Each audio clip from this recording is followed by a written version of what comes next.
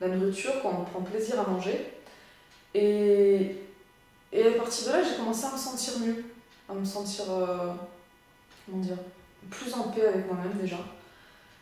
Euh, et j'ai appris aussi donc, à m'auto-observer, c'est-à-dire analyser, prendre du recul, et quand j'avais des craquages, me dire qu'est-ce que je ressens, pourquoi je mange ça, à quoi je pense.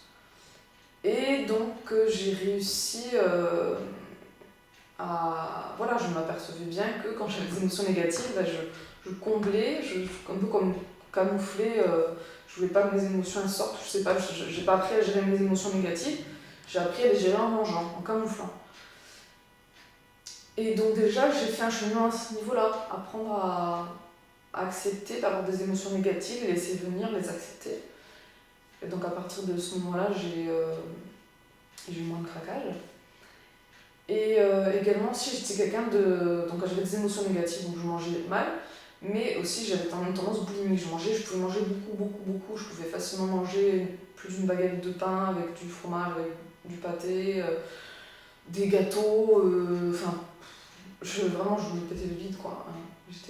Franchement, si j'ai jamais réussi à me faire vomir, mais si j'arrivais à me faire vomir, je pense que je serais devenue vraiment boulimique à se faire vomir, quoi.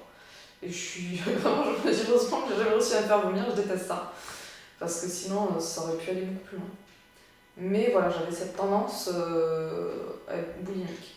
Et déjà, en étant plus à l'écoute de mes sensations de mon corps, de ce que je ressens, d'être dans l'acceptation et dans le bien-être.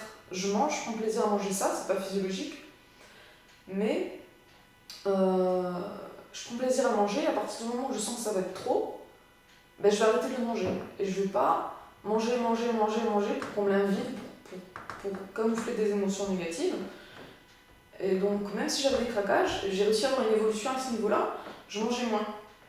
Donc ça, c'était une très bonne évolution, je suis contente à ce niveau-là. Pas mal.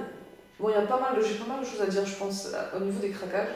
Et j'essaierai de faire une vidéo vraiment sur ce sujet, parler de mon expérience et parler de. Peut-être proposer des solutions. Je pense que je vais faire une vidéo là-dessus. Il y a pas mal de choses à dire. Je vois qu'il y a beaucoup de personnes qui vivent ça aussi, je pense. Donc d'ailleurs, si vous voyez cette vidéo, n'hésitez pas à laisser des commentaires. Voilà, si vous vivez la même chose, si vous avez des questions, si ce que vous ressentez, parlez-moi un petit peu de vous aussi, de vos craquages, des autres choses, d'autres commentaires sur ce que vous avez vu dans la vidéo, sur ce que j'ai dit. Donc au jour d'aujourd'hui, j'ai toujours des craquages, je mange peut-être à 90% cru. C'est vrai que depuis que j'ai arrêté l'allaitement, il y a à peu près 5 mois, 5-6 mois, je me suis remise à manger plus cuit. C'est vrai que j'avais cette... Voilà, comme j'allaitais, je voulais pas donner de mauvaises choses à ma fille, mais c'est vrai que j'avais des envies de manger certaines choses que je me refusais, du coup j'ai un peu plus craqué à partir que j'ai arrêté l'allaitement. Et mais là, c'est vrai que même en étant enceinte, j'ai du mal à me dire mange que cru pour ton bébé, etc. J'ai des envies qui viennent en moi. Voilà, comme je dis, je reparlerai de ça, des craquages, des envies. Donc voilà, au jour d'aujourd'hui, je suis dans l'acceptation, j'accepte d'avoir des craquages. Je mange à 90% cru peut-être en ce moment, c'est une moyenne. Je me sens bien, je me sens plus heureuse, j'ai appris à accepter, être à l'écoute de mon corps, à l'écoute de mes besoins physiques, émotionnels, à l'écoute de ce que me dit mon corps, de mes sensations. Je suis beaucoup plus dans l'acceptation de ce qui m'arrive, en amour de moi-même. Et donc, voilà, je me sens bien, je me sens heureuse et j'accepte de faire le fait que chaque jour, je fais de mon mieux et chaque jour, que ce mieux s'améliore. Voilà, je suis dans cette dynamique-là d'amélioration, mais d'acceptation du présent. Et voilà, le présent est parfait. Donc voilà pour cette vidéo. Est-ce que j'aurais oublié de dire des choses? Donc les liens alimentation-santé, comme je l'ai dit, voilà, j'ai remarqué quand je mangeais certains aliments, j'ai des symptômes qui revenaient. Alors, notamment avec Donc, bon, je pense que c'est beaucoup le gluten. Quand je dis le gluten, certaines personnes n'ont pas l'habitude. Les produits à base de blé, ou l'alimentation plus en général, industrielle avec du sucre, etc. J'ai mon kyste qui grossit, donc j'ai remarqué le diamètre minimum de mon kyste à peu près, ça doit être 1 cm, et au maximum il était arrivé vers dans les 3 cm quand même, et que donc voilà, ça diminue, ça augmente en fonction de l'alimentation. Tout ce qui est démangeaison de la peau, pellicule, ça c'est gluten. Mes réactions à l'eau, j'en ai presque plus, et j'avais remarqué que quand je remangeais du gluten, ces plaques revenaient. Et donc, quand j'avais des périodes dans mon adolescence où j'en mangeais beaucoup, et j'avais des démangeaisons terribles. Je supportais plus ces sensations, c'était insupportable. Des plaques rouges partout, très impressionnant.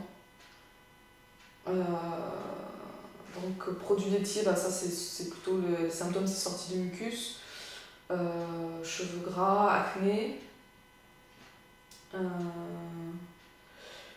Donc voilà.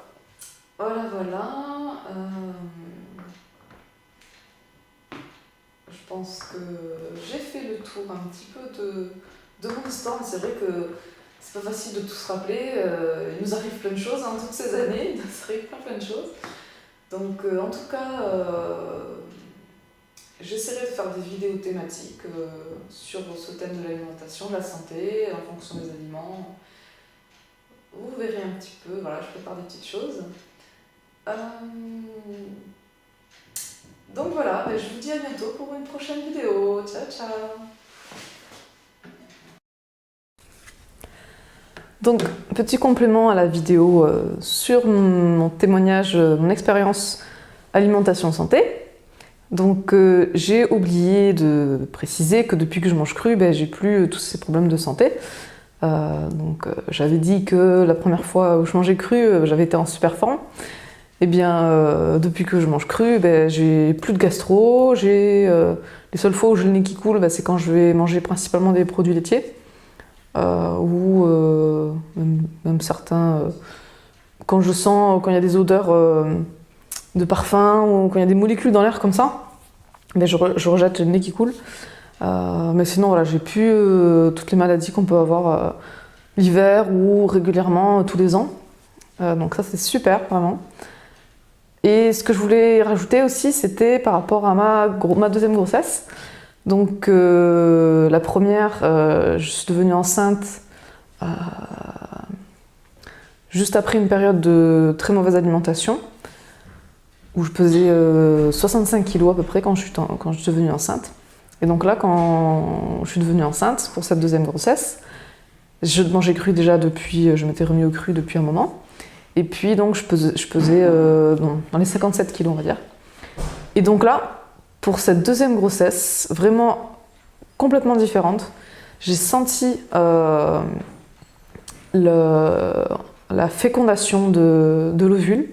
Enfin, ou j'ai peut-être plutôt senti... J'ai senti qu'il se passait des choses dans mon corps. J'ai senti, je pense que j'ai senti vraiment quand l'œuf, il s'est... comment on dit quand il s'est collé à l'utérus. Et j'ai senti, voilà, quand tout ça s'est mis en place, quoi, les premiers jours, les premières semaines, je sentais que il y avait l'œuf qui grossissait, qui se collait à l'utérus. Et ça, j'en ai pris conscience après, parce que sur le coup, par rapport à ma précédente grossesse, les repères que j'avais, je m'étais dit, je suis enceinte de 1 ou 2 mois, quoi. Et en fait, non, j'étais enceinte, j'ai senti vraiment la fécondation et le début de ma grossesse. Et au niveau du sommeil, je dormais plus que quand j'étais pas enceinte. Je dormais à peu près, je faisais une sieste de 2 heures par jour au début de ma grossesse. Aujourd'hui, je fais pas forcément une sieste tous les jours, ma sieste elle dure pas forcément 2 heures, des fois oui, des fois non. Donc en gros, déjà, je suis beaucoup plus en forme, j'ai besoin de moins dormir. Les nausées, toujours quand des mauvaises odeurs, tout ça, les nausées... Enfin là, ça va, là j'en suis à plusieurs mois et j'ai plus trop autant de nausées qu'au début. Donc il y avait le sommeil, les sensations, voilà. Quand on mange cru, on a vraiment des plus proches des sensations de son corps. Donc oui, je sais plus ce que je voulais dire d'autre, mais c'était surtout ça qui m'a impressionné, la différence entre le sommeil, que je suis beaucoup plus en forme, et puis là, les sensations de début de grossesse, quoi. Clairement, j'ai senti le début de ma grossesse.